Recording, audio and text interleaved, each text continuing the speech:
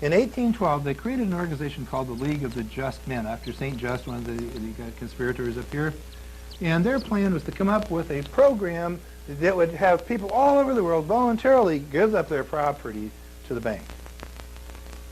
And this, of course, took some serious thinking. This took many, many years of talking and planning and so forth. And finally, by 1832, there was a fellow in the United States in New York by the name of Clinton Roosevelt. Clinton Roosevelt came up with a plan that he thought would enable this bank to control all the property in the world. And he put it in a little booklet, and he mailed it over to the Bank of England. And his plan called for, number one, the abolition of all private property. Isn't that interesting? The abolition of private property. He said this would be done in the next 9 platforms. The first one would be a heavy progressive graduated income tax. And he said the next one would be so that if a guy made any money, he couldn't keep it. The next one would be inheritance tax. So if he had any property, he couldn't give it to the next generation. It would have to be given back to the bank, which is controlled by the government, which is controlled by the bank. The fourth platform was a confiscation of all property of rebels. A rebel was identified as anyone who doesn't pay the first 2 taxes.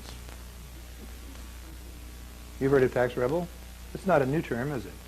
You see? Okay, the fifth platform was that there would be a central bank. In other words, the boys would have to go in and print the money. It wouldn't be printed from inside the country. And to spare you the agony, I'll just go down to the 10th platform, that the government would run all schools. Isn't that interesting? That was the platform, okay? It was sent over there, and there was a fellow named Engels, who was the head of the Rothschild Bank in Vienna, in Austria. And he had a son by the name of Frederick. And so they said, well, look, we'll have this guy write this up, introduce it in England, and we'll call it the Communist Manifesto. Isn't that interesting?